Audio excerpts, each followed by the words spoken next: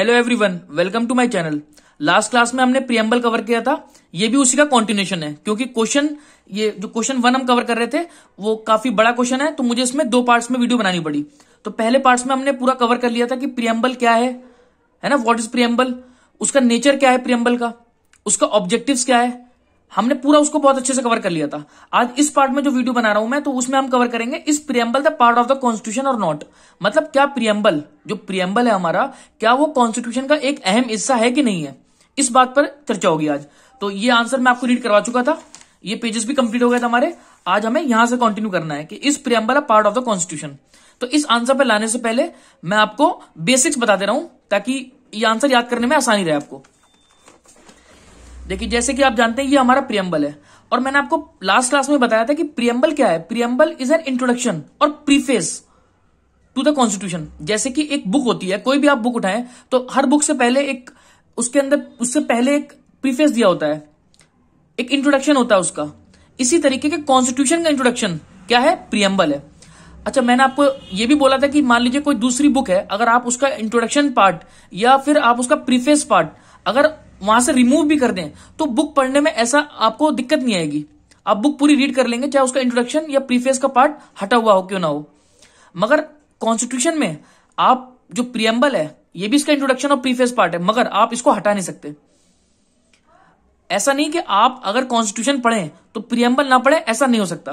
Preamble is an integral part of the constitution, बहुत ही अहम हिस्सा है। अच्छा, ये चीजें मैं आपको अभी केस लॉ से समझाऊंगा क्योंकि इसके ऊपर 2-3 केस लॉ हैं। अगर वो आपको समझ में आ गए, एग्जाम में अगर आप वो लिख के आ गए तो आपको एक एज मिलेगा। बहुत ही बड़ा एडवांटेज, एग्जामिनर जो है ये समझेगा कि भाई बच्चा जो है केस लॉ समझा रहा है तो उसको इन डेप्थ नॉलेज है इसकी, ठीक है।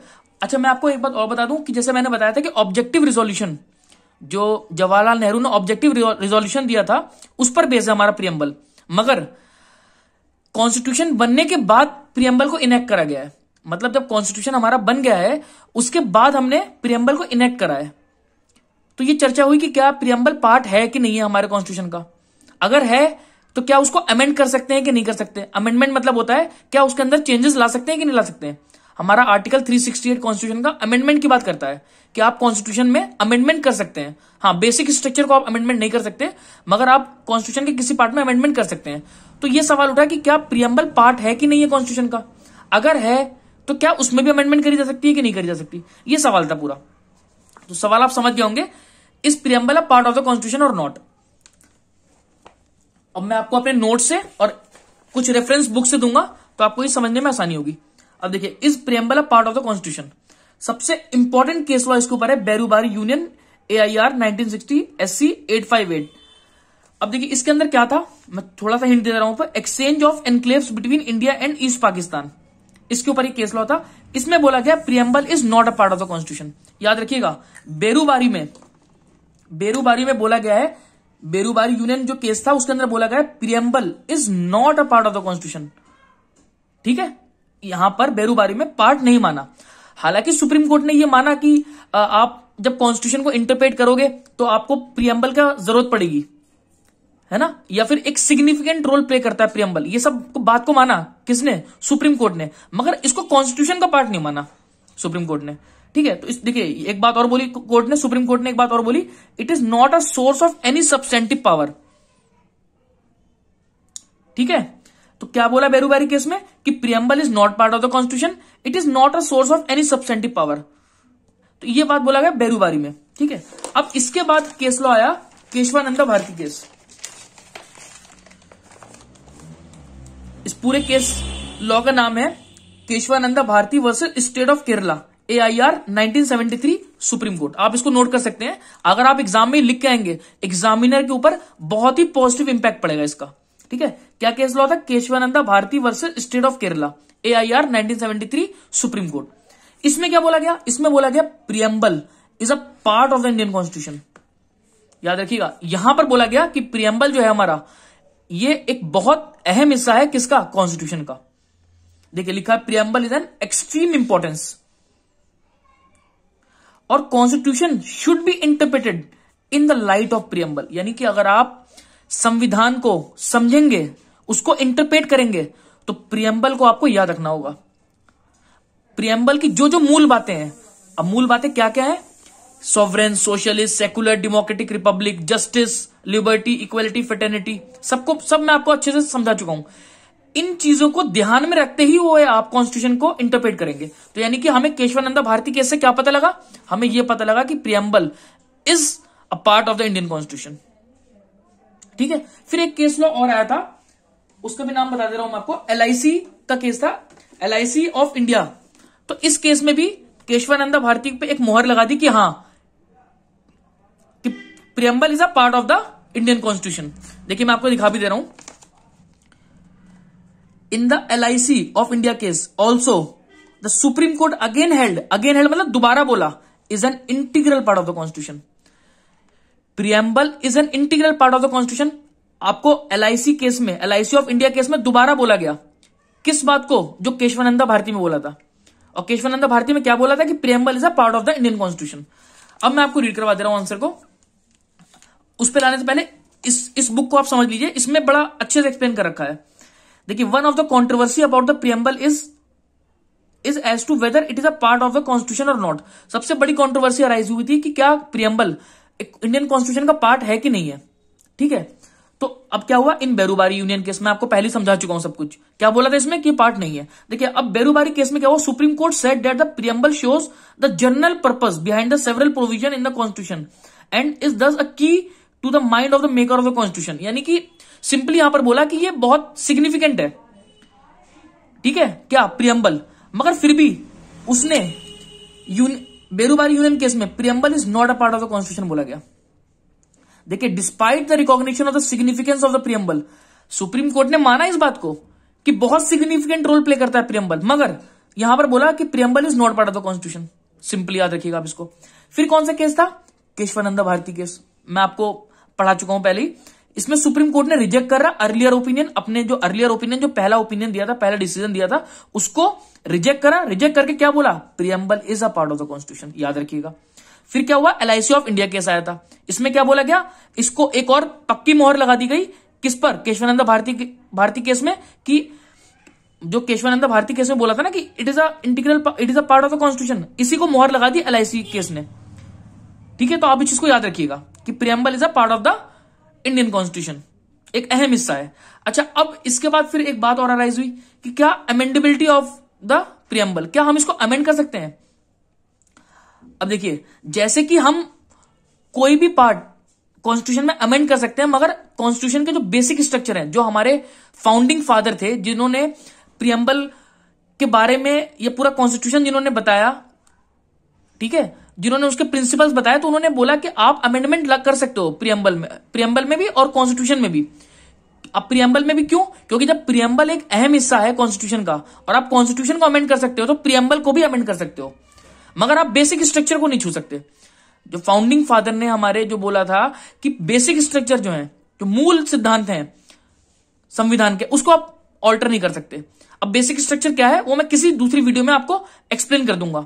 सुप्रीम कोर्ट के वेरियस जजमेंट से हमें ही पता लगता है कि बेसिक स्ट्रक्चर्स क्या क्या हैं। तो आप बेसिक स्ट्रक्चर्स में कोई चेंजेस नहीं कर सकते। अमेंडमेंट जो आप कर सकते हो तो सिर्फ अदर पार्ट्स में कर सकते हो, बेसिक स्ट्रक्चर में आप कोई चेंज नहीं कर सकते।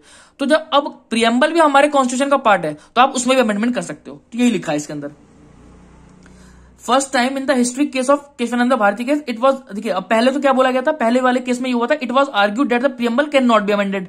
क्यों? As it is not part of the constitution. मतलब it was argued that the preamble not be amended as it is not part of the constitution. मतलब कॉन्स्टिट्यूशन का पार्ट नहीं है प्रियम्बल, तो इसमें अमेंडमेंट नहीं कर सकते। मगर केशवानंदा भारती केस ने क्या बोला कि it is a part of the constitution.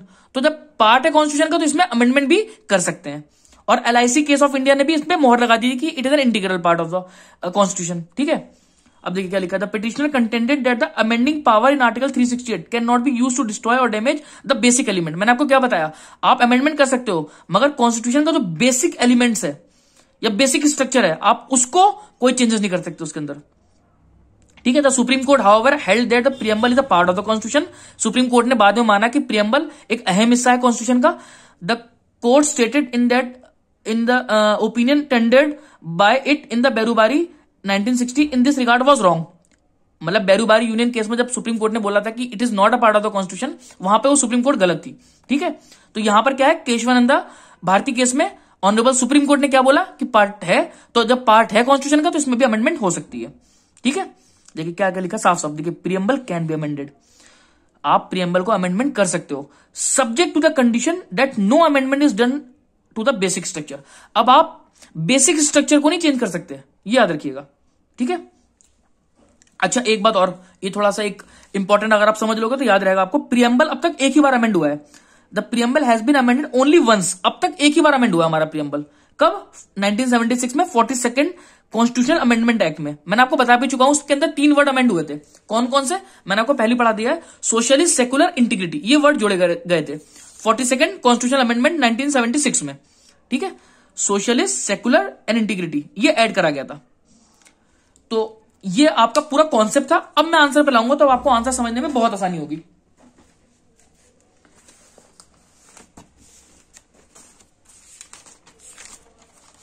देखिए यहां पर हम थे इस पार्ट पर, इस preamble of part of the constitution. अब देखिए, the preamble is a key to open the mind of the maker, but this does not mean that the preamble can override the express provision of this act.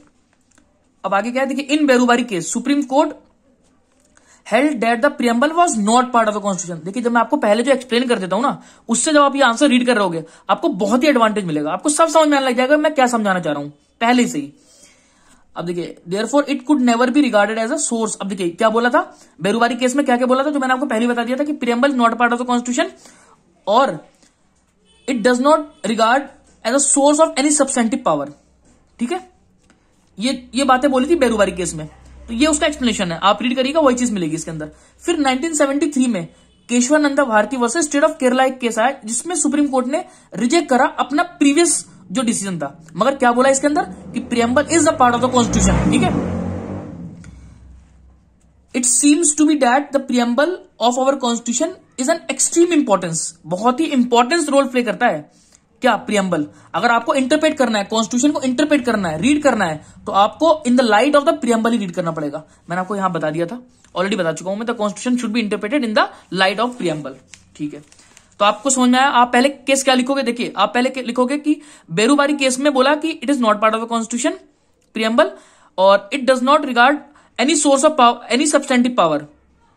फिर आप केशवानंद भारती का जिक्र करोगे, इसमें आप बताओगे कि इसमें बोला कि preamble is a part of the constitution, और आप जब भी कॉन्स्टिट्यूशन को पढ़ोगे in the light of preamble ही पढ़ोगे।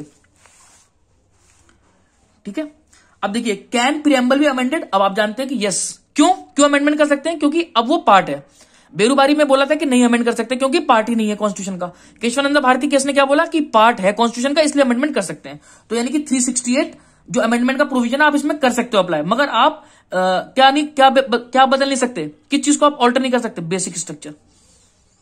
देखिए मैं दिखा देता हूं, आप बेसिक स्ट्रक्चर को ऑल्टर नहीं कर सकते, उसके अलावा आप अमेंडमेंट कर सकते हो। तो देखिए बेरुबारी ओपिनियन को रॉन्ग बोला गया था सुप्रीम कोर्ट ने खुद ही। The Supreme Court however held that the preamble is a part of the constitution and therefore on this opinion Berubari opinion was wrong, Supreme Court ने बोला। अब क्या बोला, on the question whether the preamble can be amended, इस question पे क्या answer आया, the majority held that since the preamble is a part of the constitution, कि प्रियम्बल पार्ट है कॉन्स्टिट्यूशन का, it can be amended but subject to the condition. क्या condition, कि basic structure of basic feature in the preamble can not be amended. ठीक है, अब basic feature को आप नहीं अमेंड कर सकते। अब जैसे बेसिक फीचर क्या होगा, जैसे कि आप अब मान लीजिए हमारे प्रियम्बल में लिखा हुआ कि हमारा देश जो है सेकुलर होगा, सेकुलर होगा मतलब धर्म निरपेक्ष, कोई भी धर्म को ज्यादा इंपॉर्टेंस नहीं, सब धर्म बराबर है। तो अगर मान लीजिए कोई पार्टी या कोई पार्लियामेंट ऐसा लॉ लाना चाहे कि जो कहते कि सेकुलर वर्ड हटा दो, तो ये तो गलत है ना। तो बेसिक हमारा जो प्रियम्बल रखा गया, जो मूल आधार है, इन बातों पर है। आप इसको बदल दोगे तो ये अलाउड नहीं है। ठीक है, इस चीज को आप याद रखिएगा। तो देखिए अब कंक्लूजन क्या निकला, अकॉर्डिंग टू सुब्बा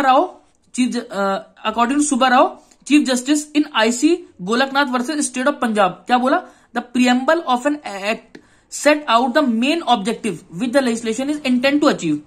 मतलब जो बातें प्रियम्बल में लिखी हैं उसी को देखते ही लेजिस्लेशन कोई कानून वगैरह बनाता है। ठीक है, again the word of the Shelat and Grover in Kesavananda Bharati versus state of Kerala में क्या बोला, preamble embodies in solemn from all the ideals and aspiration for which country had struggle during the British regime. देखिए आप देखेंगे जो जो बातें प्रियम्बल में है कि सॉवरेन यानी इन्हीं सब बातों से तो हमने ब्रिटिशर्स से लड़ा था कि ब्रिटिशर्स पहले क्या है, सॉवरेन का मतलब क्या है, इंडिया अब इंडिपेंडेंट है। पहले क्या था, इंडिपेंडेंट नहीं थे, हम गुलाम थे अंग्रेज के। अंग्रेज जो लॉ बना रहे हैं वो हम फॉलो कर रहे हैं, और लॉ उनका कैसा होता था, इंडियंस के ऊपर हार्श होता था। तो इन्हीं बातों से लड़के हमने अपना संविधान बनाया। अगर आप उसी को चेंज कर दोगे तो वो एक्सेप्टेबल नहीं है।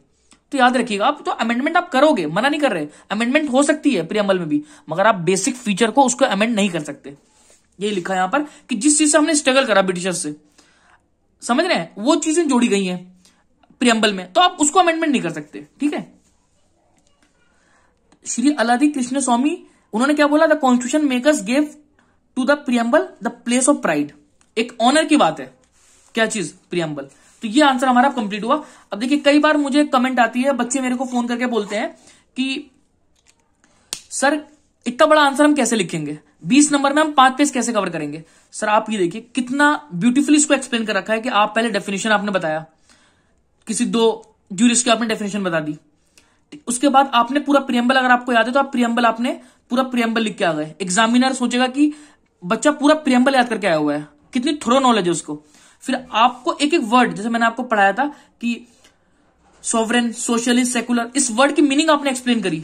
देखिए जैसे यहां रखी है सॉवरेन की, सोशलिस्ट की, ठीक है, इधर सेकुलर की, डेमोक्रेटिक की, रिपब्लिक की। तो इन वर्ड्स की, अब जस्टिस के अंदर भी सोशल, इकोनॉमिक, पॉलिटिकल था, लिबर्टी थी, इक्वालिटी थी। अब आप इसको एक्सप्लेन करोगे, उसके बाद प्रीएम्बल पार्ट है कि नहीं, उसमें आप बेरूबेरी बताओगे, केशवानंद भारती बताओगे, एलआईसी का केस बताओगे, फिर बताओगे कि अमेंडमेंट कर सकते हैं कि नहीं कर सकते। तो इतना जब कुछ आप बताओगे तो ऑलरेडी वो 4 से 5 पेज में कवर हो जाएगा। और चौधरी चरण सिंह में आपको अगर नंबर लाने हैं तो मैं आपको बताऊं कि 20 नंबर में आपको 4 से 5 पेज तो लिखना होगा, मगर वो 4 से 5 पेज इफेक्टिव होने चाहिए। ऐसा नहीं कि आप कुछ भी लिख के आ रहे हो तो नंबर नहीं मिलेंगे। आप ये प्रॉपर आंसर आप लिख के आओ, जिसमें आप एक एक वर्ड को समझाओ, जिसमें एग्जामिनर को भी लगे कि लड़का पढ़ के आया हुआ है। ठीक है, तो इस तरीके से आपको एक्सप्लेन करना है। तो मैं इस वीडियो को यही एंड करता हूं। तो हमारा क्वेश्चन ये पूरा कंप्लीट हो जाता है। ये सेकंड पार्ट था प्रीएम्बल का। मैं आगे आने वाली वीडियोस में आगे के क्वेश्चन आंसर्स कवर कराऊंगा। प्लीज आप मेरी वीडियो को लाइक करिए, सब्सक्राइब करिए और ज्यादा से ज्यादा इसको शेयर करिए कॉलेजेस के बच्चों के बीच में। Thank you.